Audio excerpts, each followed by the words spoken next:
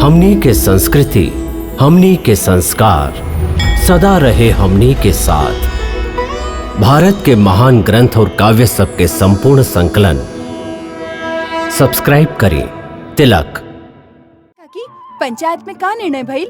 अब की होली कहवा होई? अभी तक तो कोनो फैसला ना भइल। नंदराय जी तो अड़ल हैं कि होली गोकुल में ही होई। हमके पता बा नंद बाबा काहे अड़ल हैं। काहे कि बरसाने वाली सब गोकुल वालन के खूब पिटाई करेली एही से। कान्हा, आप चिंता मत करी। बरसाने के ग्वालिन सब तो इनकर घर में आके भी गोकुल वालन के पीट सकेली। हाँ, देख ले बरसाने वाली के। और फिर हमके तो उनका से पिटा के भी आनंद ही आई।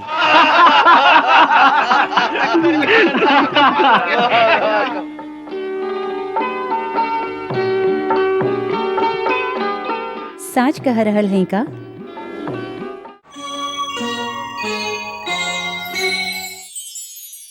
हम लोग तक घाट पर बैठ के यमुना जी की धारा देखत रहली। यमुना जी के धारा देखत रहलू और ओहर तू लोगन के बाबा बार बार पूछत रहले कि लड़की सब के हर गईली, देखाई नहीं की दे। अरे काकी, आज तो कोनो देवी के मन्नत माना, राधा डूबते डूबते बच गईली। हाय दैया, का भइल? हम लोगन नदी में पैर लटका के बात करत रहली कि अचानक एगो मोट सा मछली आके राधा के पैर के काट लीलस। राधा जी घबरा के उठली तो पैर फिसल गई। ओह, ई तो यमुना जी में गिर जाई। उ तो गोकुल के एगो ग्वाला पास में रहे, उ एकर हाथ थाम लीलस और एकरा गिरे से बचा लीलस। हे भगवान, तबे तक कहता ही लेकी लोग ऐसे मुंह उठा के जहाँ तहाँ मत घुमल करा। आज गांव के मंदिर में जाके प्रसाद चढ़ावा। अच्छा, अब चला, वहाँ पंचायत भी खत्म हो गई हुई और तोहार बाबा ढूंढत फिरत हुई। ऐसे हम स्वयं उठ के आ गई नहीं। अच्छा काकी, पंचायत में का निर्णय भइल? अब की होली कहवा होई? अभी तक तो कोनो फैसला ना भइल। नंदराय जी तो अड़ल हैं कि होली गोकुल में ही होई। हमके पता बा नंद बाबा काहे अड़ल हैं। काहे कि बरसाने वाली सब गोकुल वालन के खूब पिटाई करेली एही से। कान्हा, तू तो प्रेम के चक्कर में ऐसन गुम हो गईला कि गांव के कुछ सुध ही न लिहला कि पंचायत में का हो रहल हा। काहे? का हो रहल हा? बरसाने वालन और गोकुल वालन में कुछ फैसला ही ना हो रहल हा कि होली कहवा होई। दोनों आपन आपन बात पर अड़ल बाड़न। अच्छा, तो चला अब ही फैसला करा देते हैं। चलो। हाँ चलो।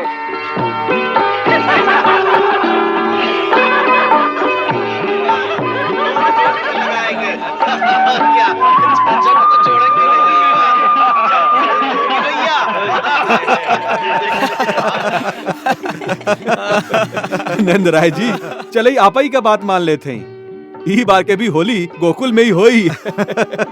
विश्वान जी, आप हमार बात रख लेनी, एकर हम कैसे धन्यवाद करी। भाई, हम सभे गोकुल वालन आपके आभार मानत हैं। ला, हमरा आवे से पहले ही निर्णय हो गई। अब तो आनंद ही आनंद बा। अब तो सबके गोकुल आवे के ही पड़ी। अरे भाई, बरसाने के ग्वालिन से डरालन, ऐसे तो ही निर्णय भइला। ये बात तो सच है बाबा। हम बरसाने के ग्वालिन से सचमुचे बहुत डरायली। कान्हा, आप चिंता मत करी। बरसाने के ग्वालिन सब तो इनकर घर में आके भी गोकुल वालन के पीट सकेली। हाँ, देख ले बरसाने वाली के। और फिर हमके तो उनका से पिटा के भी आनंद ही आई।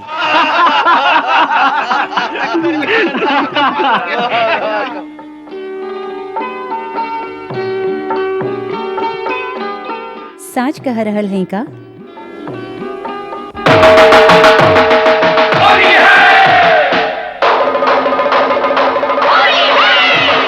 होली के मुनहारे आए, गोकुल के मतवारे आए, राधा के संग छोड़ी आई, बाजी माँ, कान्हा के संग सारे आए, बाजी माँ।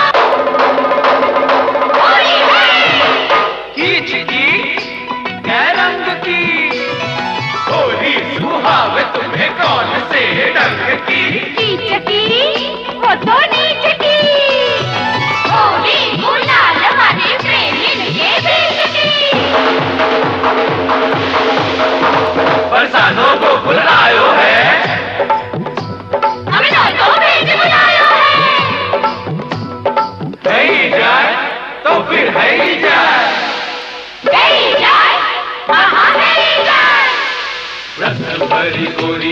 काम करी दे, होली में जो बन पूरे नाम करी दे। जो बन हमारो नारे देश वो मठा, नियत बिगाड़ोगे तो खाओगे लठा।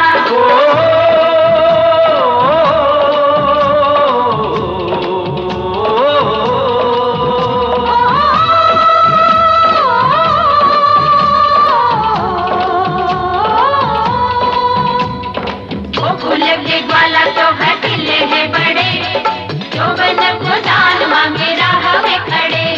प्रीत के नाते हम प्यार मांगे री, मांगे नहीं दान अधिकार मांगे री। ये प्रेम भरो तो हाथ विरज में होली आई। ये रंगन की बौछार विरज में होली आई रे। होली आई रे, होली आई रे, होली आई रे, होली आई रे। कल पहली मस्ती छाई रे। ये प्रेम भरो तो हाथ विरज में होली आई रे। ये रंगन की बौछार विरज में होली आई रे। एक दिन राजा सत्यव्रत भोरे नदी में स्नान करके सूरज भगवान के अर्घ देते रहन।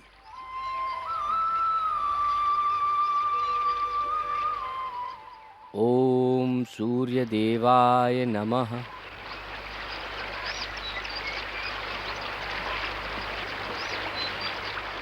ओम सूर्य देवाय नमः।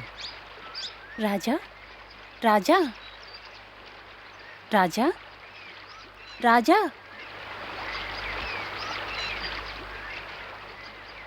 ये आवाज के कर? राजा हमके जल में वापस मत फेंको।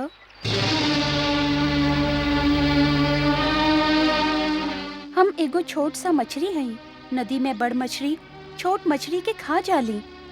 ऐसे जब हम आप जैसन वीर पुरुष के हाथ में अपना आप के सौंप देली तो हमके विश्वास रहे कि अब राजा के हाथ से हमार रक्षा हुई। यदि राजा भी हमके त्याग दी हैं तो फिर निर्बल प्राणियन के रक्षा के करे?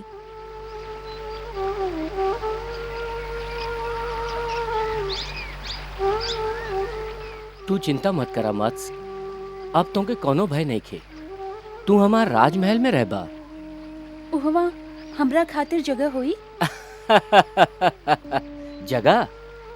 राजा सत्यव्रत के राजमहल में तोरा जैसन शूद्र जीव खातिर जगह के बात करत बड़ा। वहां तो एगो नगर समा सकेला।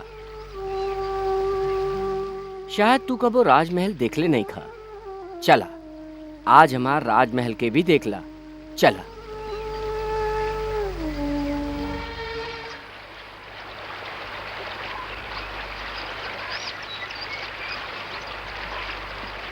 राजा सत्यव्रत बड़ा धर्मात्मा रहन, बाकी अबही तक वो अहंकार के त्याग ना कर पैला। ऐसे वो ओह बोले वाली मछली के क्षुद्र जीव कहलन। ही राजन, ई पात्र भी हमरा खातिर पर्याप्त नहीं थे। आप कोनो अलौकिक जीव हई, इतना जल्दी जल्दी बढ़त चलत जा रहा है। हे राजन, ई तो हमार स्वभाव है। बढ़े पर आइला तो रुकबे ना करी। बाकी आप काहे चिंता करत हई? आपके राजमहल तो बहुत बड़ बा ना? बढ़ रहल, बाकी आप ओकरा छोट कर देले हैं। हम समझ गई कि हम आपके शूद्र जीव कहले रही। ऐसे आप हमार अहंकार के तोड़े खातिर ई लीला रचैले हैं। जरूर आप कोनो दिव्य आत्मा हैं। हे मत्स्यराज, आप जो हमके शिक्षा दिले हैं ओकरा खातिर हम आपके धन्यवाद करत हैं। अब हमके आपन एह राजमहल के कोनो घमंड न रहल। चली हम आपके एगो विशाल नदी में पहुंचा आवत हैं। अच्छा बात है राजन, उहे हमरा खातिर उचित होई।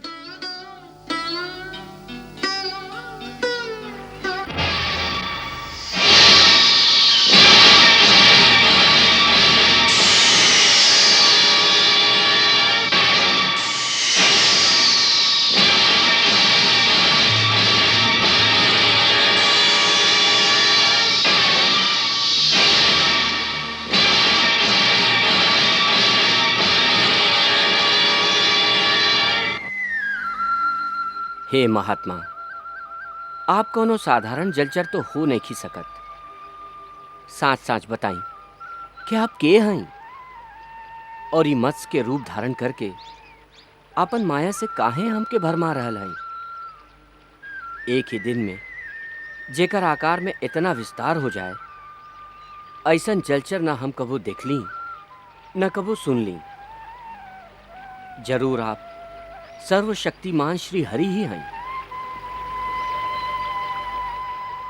हम मन, वचन और कर्म से आपके शरण में आके आपके प्रणाम करत हैं। हे प्रभु, हमके आपन अलौकिक रूप के साक्षात दर्शन देवे के कृपा करी।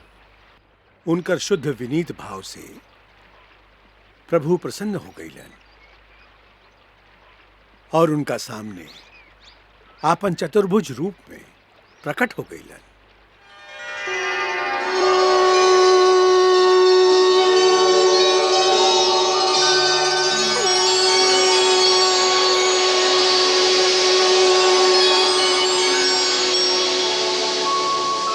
शंख चक्र और गदा पद्मधर, लीलाधर जगधारन, स्वयं चतुर्भुज मत्स्य रूप में प्रगटे श्री नारायण। निराकार के आज हुए साकार रूप में दर्शन, सफल हो गए नैन दरस कर, धन्य हो गया जीवन। हे सच्चिदानंद अनंत अविनाशी भगवान, पृथ्वी पर आपके अवतार कोनो न कोनो विशेष अभिप्राय हेतु हो खेला। आप अनुग्रह करके आपने दास के ई समझावे के कृपा करी कि ई अद्भुत मत्स्य रूप धारण करे के का कारण है प्रभु।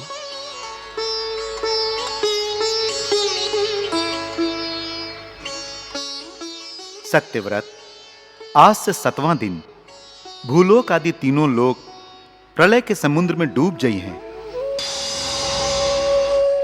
ओ समय जब तीनों लोग प्रलय काल के जल राशि में डूबे लगे हैं, तब हमार प्रेरणा से तोहरा पास एगो बहुत बड़ा नाव आई। ओ समय तू सगरे प्राणियन के सूक्ष्म शरीर लेके सप्तऋषियन के संगे उन नाव पर चढ़ जइहा और सगरे अन्न और औषधि के बीज और भी छोट बड़ अन्य प्रकार के बीज के संगे रख लिहा। जब प्रचंड आंधी के कारण नाव डगमगाए लगी, तब हम यही रूप में वहां आई और तू लोग वासुकी नाग के द्वारा ओह नाव के हमार सिंह से बांध दिया। सत्यव्रत, एकरा बाद जब तक ब्रह्मा जी के रात रही, तब तक हम ऋषियन के संगे तोह के ओ नाव में बैठा के ओकरा खींचत खींचत समुद्र में विचरण करब। ओ समय जब तू प्रश्न करबा, तब हम तोह के उपदेश देब। हमार अनुग्रह से हमार वास्तविक महिमा, जेकर नाम पर ब्रह्म है, तुहार हृदय में प्रकट हो जाई और तू ओकरा ठीक तरह से जान लेबा। फिर जब ब्रह्मा जी के नया दिन उदय हुई और प्रलय समाप्त हुई, तो तू वैवस्वत मनु के रूप में एक मनवंतर तक सृष्टि के संचालन करबा। भगवान वामन रूप में अवतार लेके राजा बलि के यज्ञशाला में वह समय पहुंचलन जब ओकर 100वां यज्ञ आरंभ होके वाला रहे।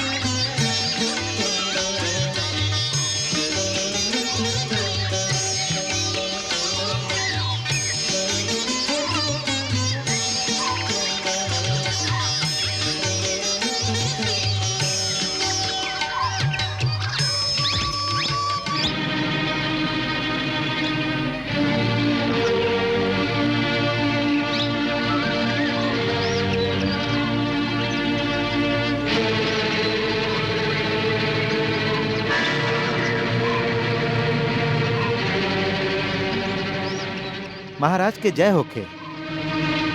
महाराज, यज्ञशाला के द्वार पर एगो याचक आयल है और ऊ आपसे मिले के याचना कर रहा है। महाराज यज्ञ के संकल्प करे जा रहा है। उजे भी मांगता दे के उहे से भेज दा। महाराज, हम ओकरा मुंह मांगल भिक्षा देवे के बात कैले रही, बाकी ऊ महाराज के हाथ से भिक्षा लेवे के हट कर रहल है। के बाऊ? महाराज, ऊ एगो ब्राह्मण लइका है। लइका तो ओकर हट कैल स्वाभाविक है। ओकरा सम्मान पूर्वक ही वहां ले आवा, हम ओकर हर इच्छा पूरा करब। हे महर्षि, वेद विधि के ज्ञाता आप लोग जौन भगवान विष्णु के आह्वान करे खातिर यज्ञ तप आदि के अनुष्ठान करेली, तब वो कृपा करके दर्शन देवेलन। ऐसन भगवान विष्णु द्वारा साक्षात याचना करे पर हम कैसे पीछे हट सकत हैं? क्षमा करी महर्षि, हम बटुक ब्राह्मण की इच्छित धरती अवश्य प्रदान करब, ना तो हमरा कारण हमार पुरखन के कीर्ति धूमिल हो जाई। बाकी राजन। क्षमा करी महर्षि, हम प्रहलाद के पोता हैं और एक बार देवे के प्रतिज्ञा कर चुकल हैं। अब एगो ठग के लेखा धन के लोग में ए ब्राह्मण से कैसे कह दें कि हम ना देव?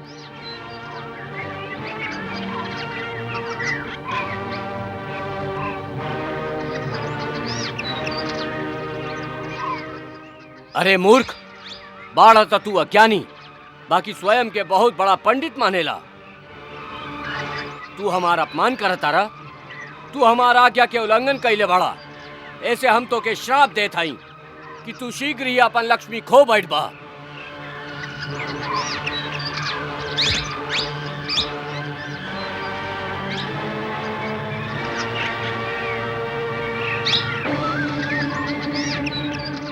गुरुदेव, हम के आपके श्राप स्वीकार है, बाकी हम अपन वचन से ना फिर सकेंगे।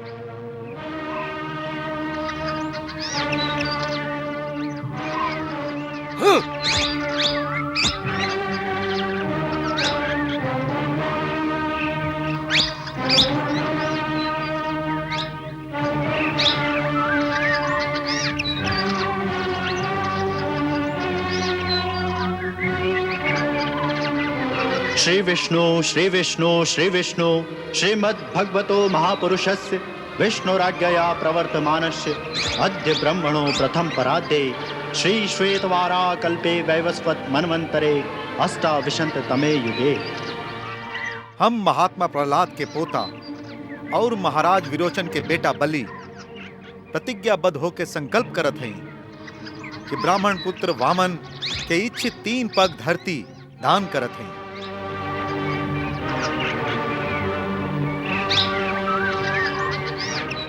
ब्राह्मण देवता आपन पैर से 3 पग धरती नाप के ग्रहण करें।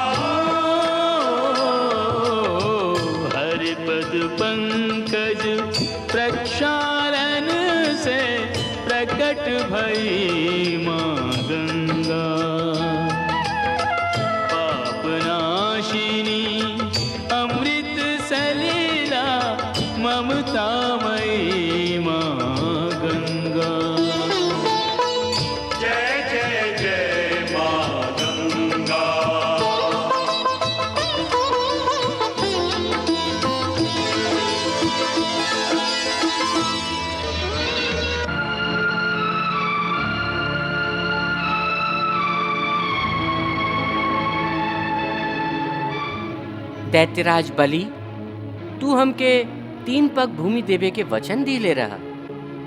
2 पग में तो हम सगरे त्रिलोक ही नाप दिहली। एगो पैर से भूलोक, दूसर पैर से स्वर्गलोक नाप लिहली।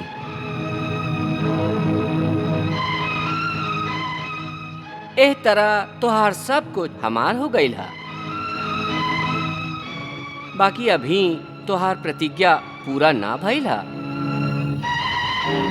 काहे कि अब तोहरा पास कुछ ना बचल। ऐसे तीसरा पग रखे खातिर तू हमके कोनो स्थान ना दे सकेला। तोहार वचन झूठ हो गई।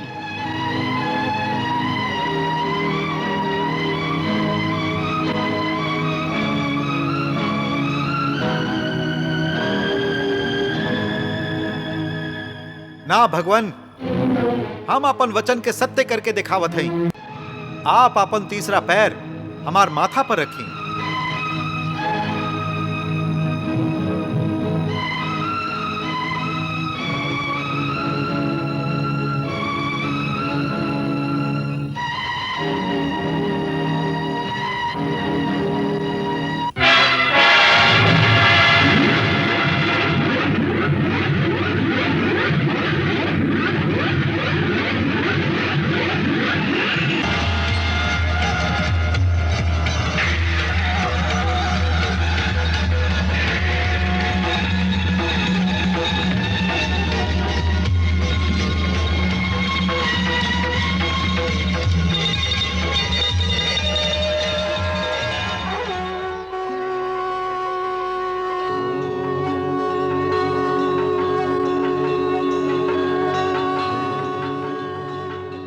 महात्मा बलि, तू सचमुच दृढ़ प्रतिज्ञ बाड़ा। हम तो से अति प्रसन्न हैं। गुरु के श्राप और हमार माया से भी भयभीत ना भइला। सब कुछ खो के भी तू आपन वचन पूरा कैले बाड़ा। ऐसे हम तो के वो स्थान देते हैं जे बड़ बड़ देवता खातिर भी प्राप्त कैल कठिन है। सवणीय मनवंतर में तो के हमार परम भक्त इंद्र के पद प्राप्त हुई। तब तक तू पाताल लोक में आपन दादा महाराज प्रहलाद के संगे आनंद पूर्वक निवास कर। तू हमके वहां सदा सर्वदा पास ही देखबा। आज हम तुमके भगवान की रामा अवतार की कथा सुनाई। आदिदेव नमस्तुभ्यं प्रसीद मम भास्कर। दिवाकर नमस्तुभ्यं प्रभाकर नमोस्तुते।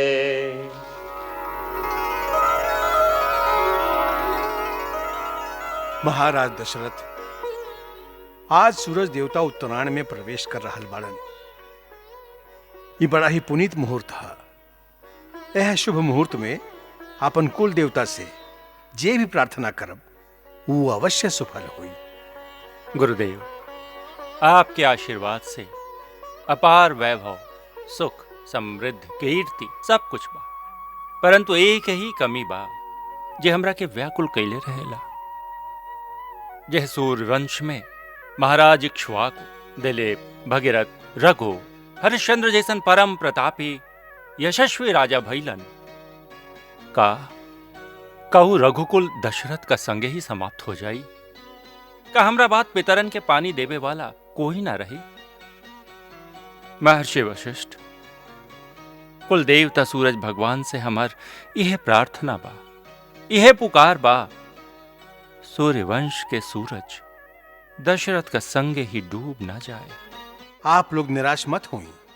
सूरज भगवान आप लोगन के मनोकामना जरूर पूरा करी है।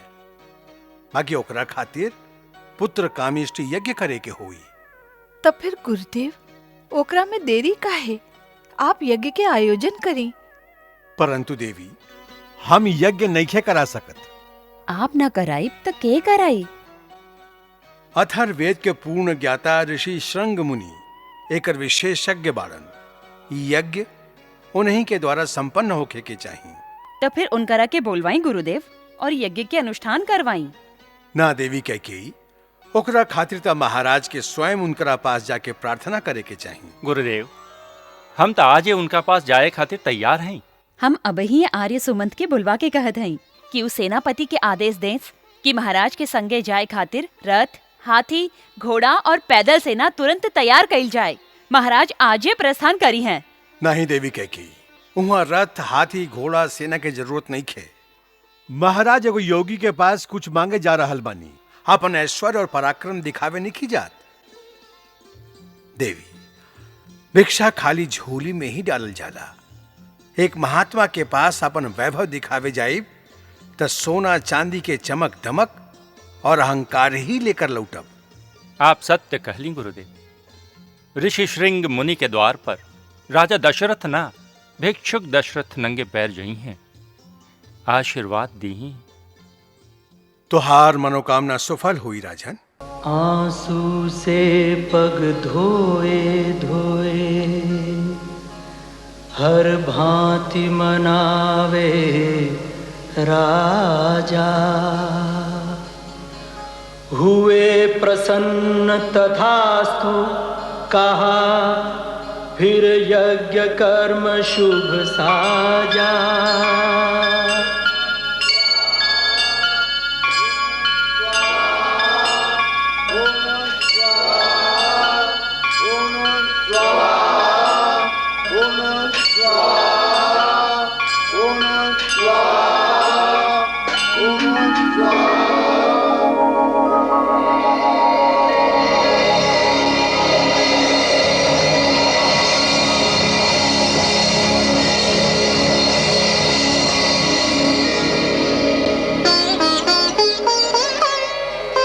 अग्निदेव फिर प्रकट भये, एक पात्र खीर का लेकर, पूरन होगी इच्छा तेरी, कहा दशरथ को देकर।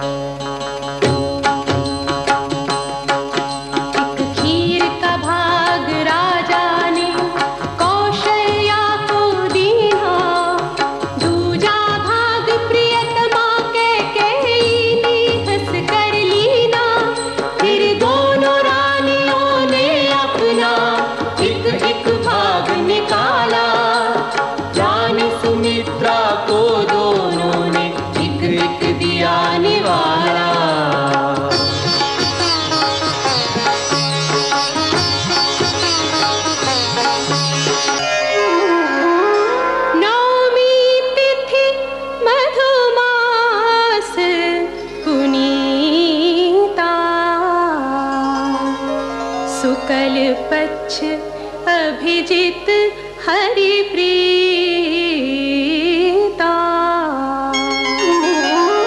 मध्य दिवस अति शीतना घामा, पावन काल लोक विश्रामा।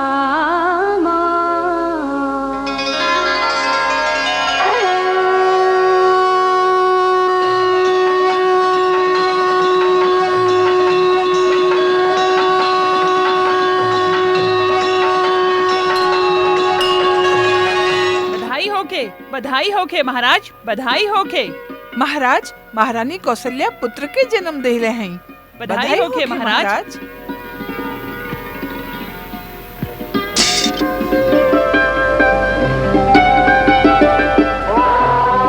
ज्येष्ठं रामं महात्मानं भरतं शैलेजीसुतं, सौमित्रिं लक्ष्मणविधिं शत्रुघ्नवरं तथा।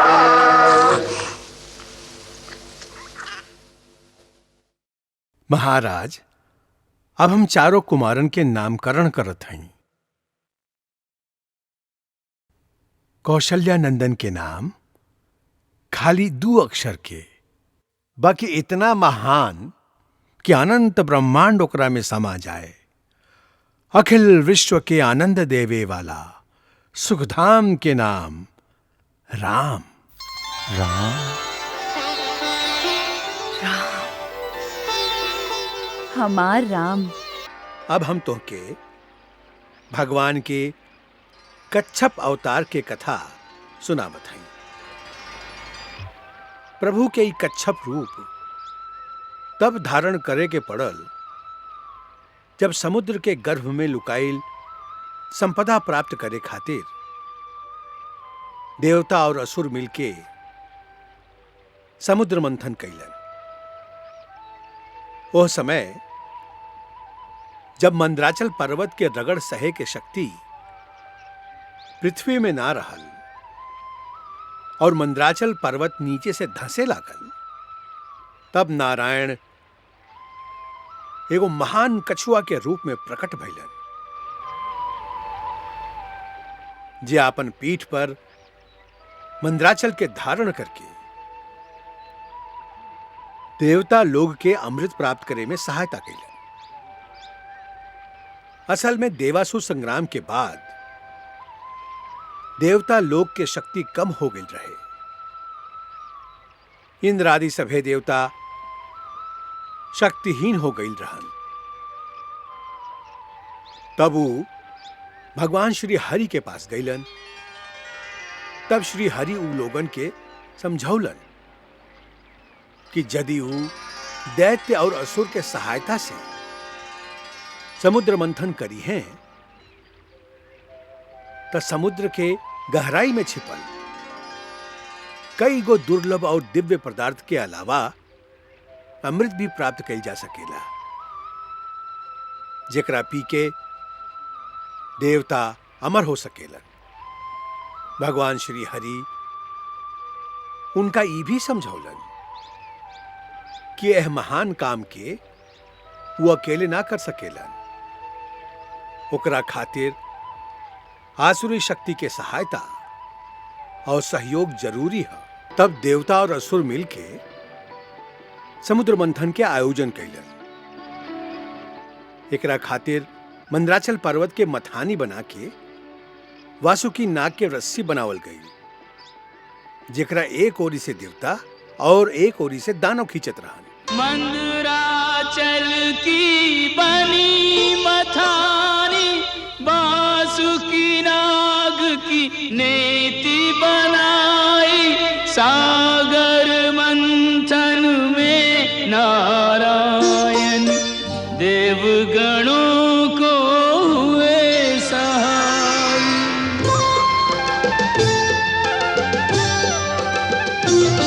प्रारंभ हुआ सागर मंथन, सागर मंथन।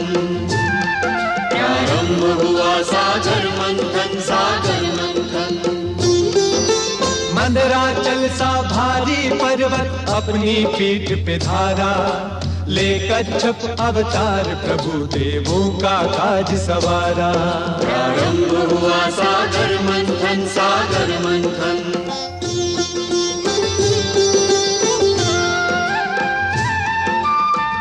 सिंधु से निकला उग्र हलाहल, तीनों लोक में मच गई हलचल।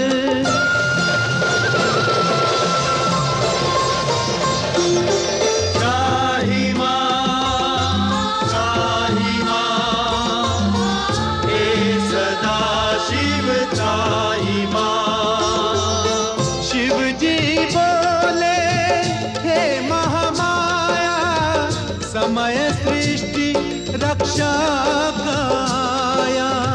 विष पी लो और अमृत बाटो, यही परमार्थ का मंत्र बताया।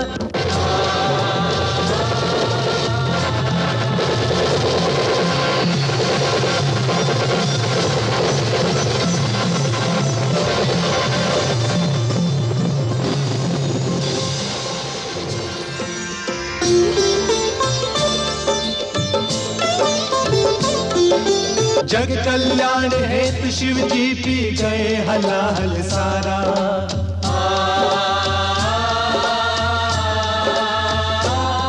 जय नीलकंठ जय विषधारी कल्याण करन। जय नीलकंठ जय विषधारी कल्याण करन। शतकोटि नमन नमन शतकोटि नमन शतकोटि नमन।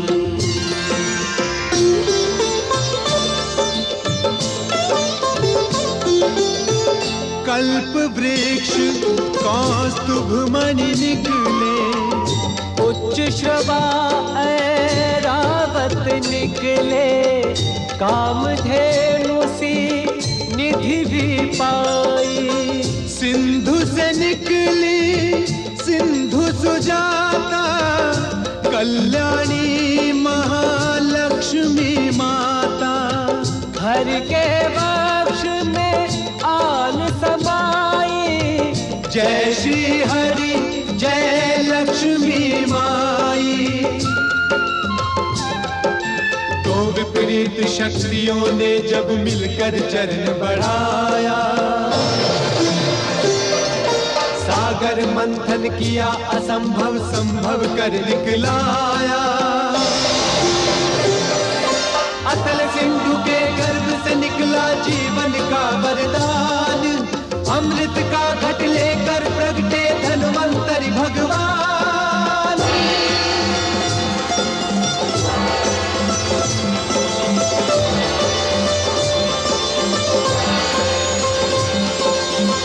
देवता सब तुरंत भगवान विष्णु के पास जाके सहायता और रक्षा खातिर पुकार लगावे लगलन। भगवान जानत रहन कि ई समस्या बहुत गंभीर हो गई है, जैसे तीनों लोक में संकट पैदा हो सकेला।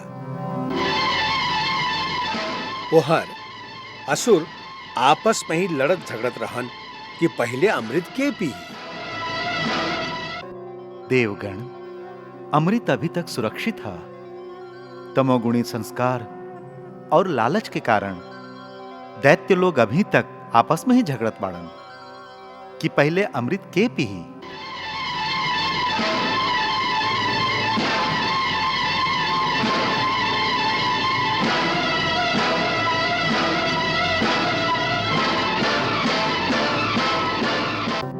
आप चिंता मत करिए, हमके अमृत जैसन दिव्य पदार्थ के उनकर हाथ से जरूर बचावे के हुई। काहे कि तामसी और आसुरी शक्ति अमृत पी के अमर हो गए तो सृष्टि में व्यभिचार और अनाचार भी अमर हो जाई,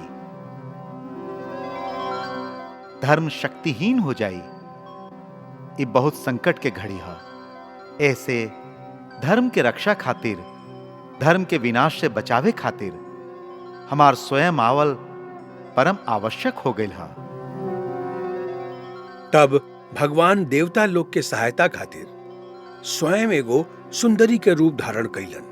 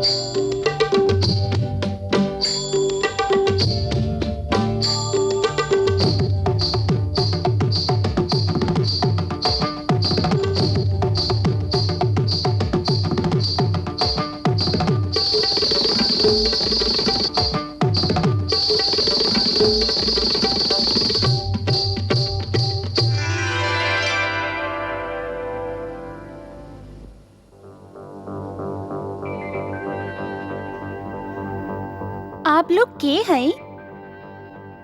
एह तरह आपस में काहे कलह कर रहल हैं? देवी, हम लोग समुद्र मंथन करके अमृत प्राप्त कैले हैं। अच्छा, जे ऐसन महान काम कैलन, उ सब भी कितना महान हुई है। हम आप सभे के महानता के प्रणाम करत हई।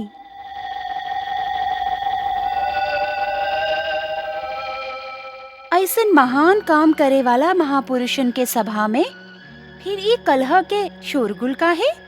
अमृत पावे खातिर हम सभे परिश्रम कैले रही, बाकी असुर लोग हमार हिस्सा के अमृत भी छीन लेलन।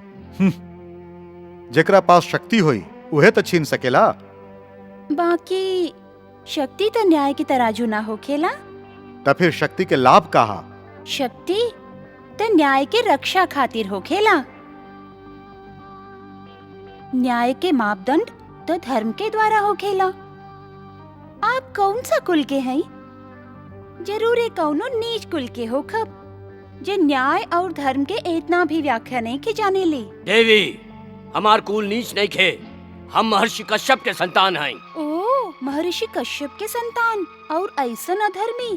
छी छी छी। बाकी हे सुंदरी, तू के हव जे हम लोगन पर ए तरह बात के कटाक्ष चलावतारू? तू हमके सुंदरी कहला त सुन, जे सुंदरी होखेली ओकरा शब्दन के द्वारा कटाक्ष के जरूरत ना होखेला। वो तो खाली भ्रुकुटी मात्र हिला दे तो आधा संसार मदहोश हो जाला। खाली नयनन के चितवन से बड़का बड़का सूरमा और शूरवीरन के परास्त कर दे बेली। दो पग चल के दिखा दे तो झांझर के झनकार मात्र सुन के बड़का बड़का सेना घुटना टेक दे बेले। समझला? अब हमार नाम भी सुन ल। मोहनी। सांच बा मनमोहिनी ना जगमोहिनी। इहे साच बा, हम ही जगमोहनी हई। जगत के हर प्राणी के मोहना ही हमार काम है, तबे तो मोहनी हमार नाम है। स्वच्छंद है, सभे स्थान पर घूमत रही ले और जहुआ पर कहीं अच्छा लोगन के सभा चल रहल होखे उहाँ आपन नृत्य और संगीत से उनकर सेवा भी करेली, मनोरंजन भी करेली। काहे के केहू के मन के मनोरंजन कईल ही संसार में सबसे बड़ा पुण्य के काम है। इहवा पर दुख देवे वालन तो बहुत बाड़न, बाकी मनोरंजन करे वाली खाली मोहनी। इहे सोच के इतना दूर से आपके सभा देख के आईली। बाकी इहवा तो कलह कलेश बा, द्वेष बा, अन्याय बा। इहवा हमार मन ना लगी। अच्छा हे मोहिनी, तोहरा यहाँ आवे से ऐसा लागत रहे कि जैसे मन के अंगना में वसंत ऋतु आ गिल होखे। बाकी तोहार जाए के सुन के मन बहुत विवल हो गिल बा। यदि हम ये कलह छोड़ दही और द्वेष मिटा दही त का तू येवे रहबू और हम लोगन के मनोरंजन करबू? बहुत चालाक बाड़ा। न्याय अन्याय के बात ना कइला। हम अन्याय भी ना करब। बाकी एकर निर्णय के करी तू। हाँ तू। हम न्याय अन्याय धर्म अधर्म के सगरे निर्णय तोहरा पर छोड़त हई। प्रमाण? प्रमाण तो ई हा। ई हा अमृत कलश, जेकरा चाहे पियादा, जेकरा चाहे प्यासे मार डारा।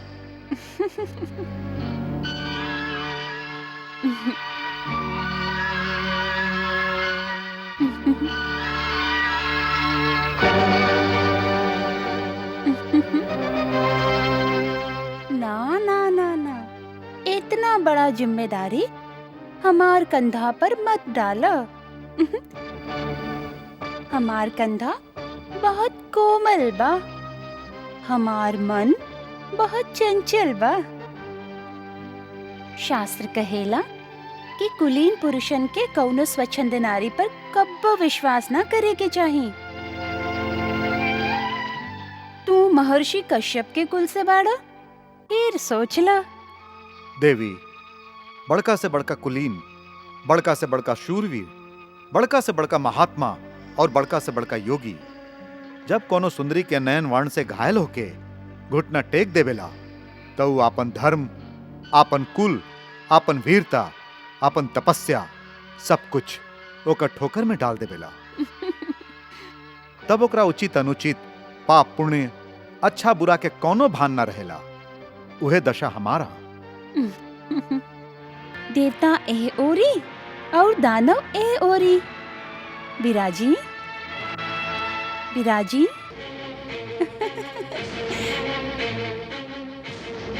देवता ए ओरी, दानव ए ओरी। पंक्तिबद्ध होके बैठ जाई।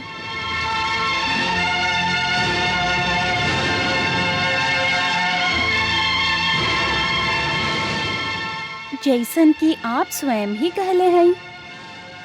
अब हम जेकरा जौन योग्य समझब ओही रस के पान ओकरा के कराइब। स्वीकार है?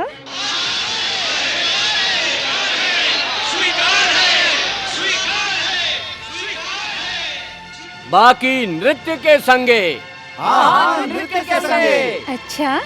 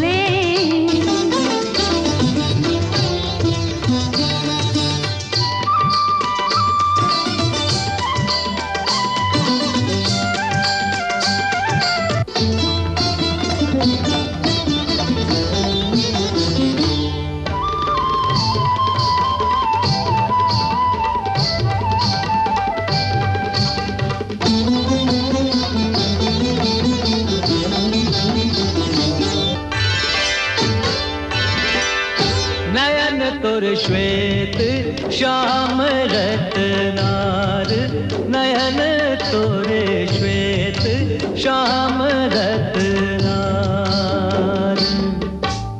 जियत मरत झुकी झुकी परत, जियत मरत झुकी झुकी परत। जी चितवत तुबार नयन तोरे, नयन तोरे। नयन मोरे श्वेत श्याम रत्नार, नयन मोरे श्वेत श्याम रत्नार।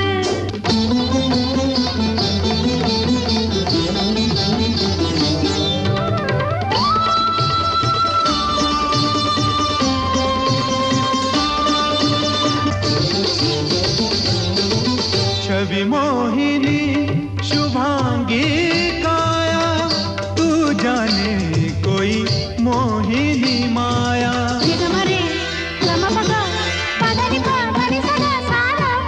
छवि मोहिनी शुभांगी काया, तू जाने कोई मोहिनी माया।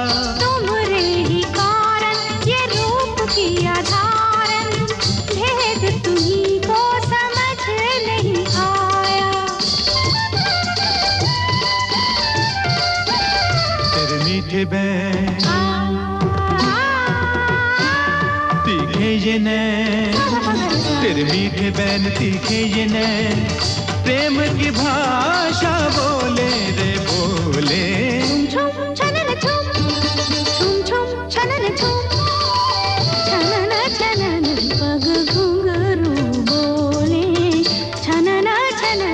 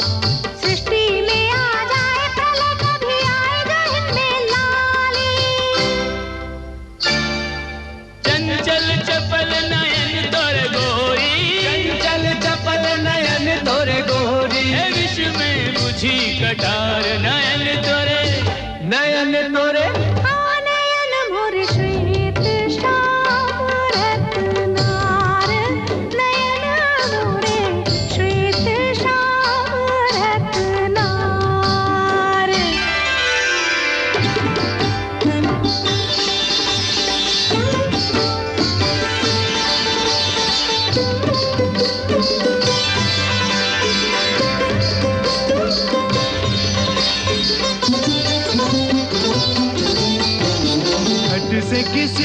घूंघट से किसी को प्रेम सुधा रस दे दे सभी को सुर भी प्यारे असुर भी प्यारे तुम भी हमारे वो भी हमारे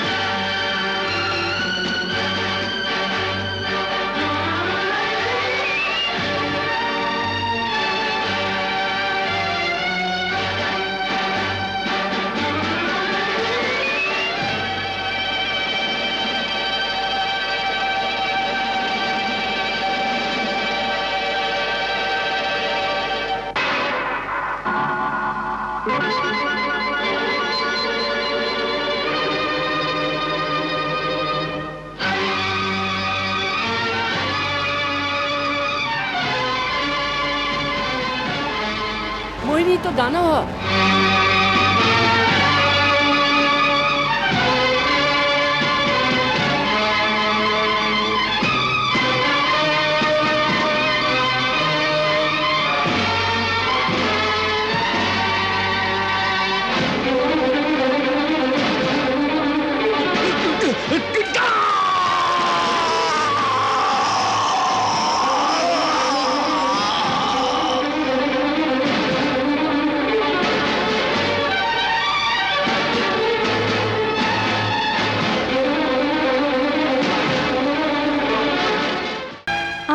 विश्वास करें पिताजी, वो सृष्टि के कण कण में बाड़न। यहाँ के हर वस्तु में भी?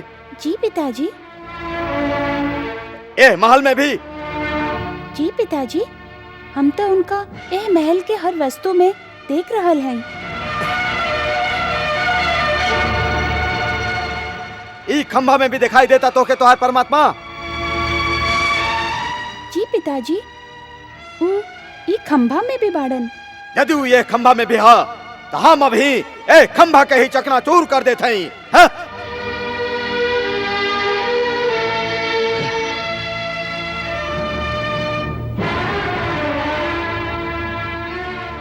यदि ये खंभा में भी तोहार भगवान है तो आज ना ही खंभा रही ना तोहार भगवान। यदि शक्ति है तोहार भगवान में तो बोल ओकरा से बचा ले अपना आपके, बचा ले अपना आपके।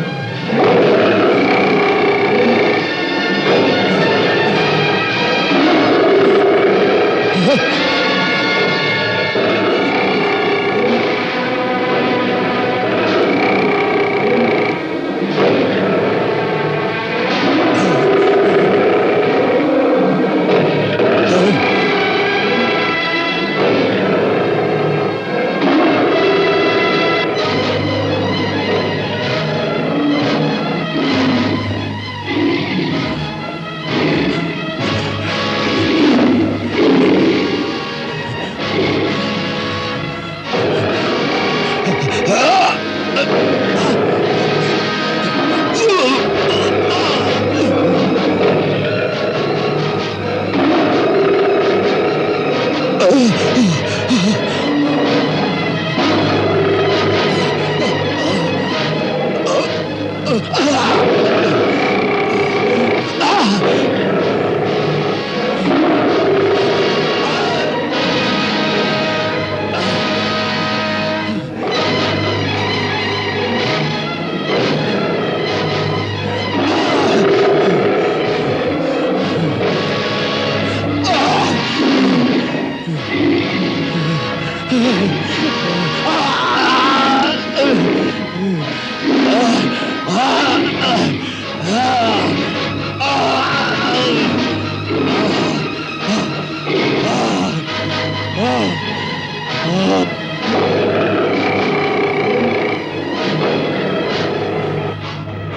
असुरवंशी हिरण्यकश्यप, तो के ब्रह्मा के वरदान रहे कि तू कौनो ब्रह्मा के सृष्टि से ना मरबा।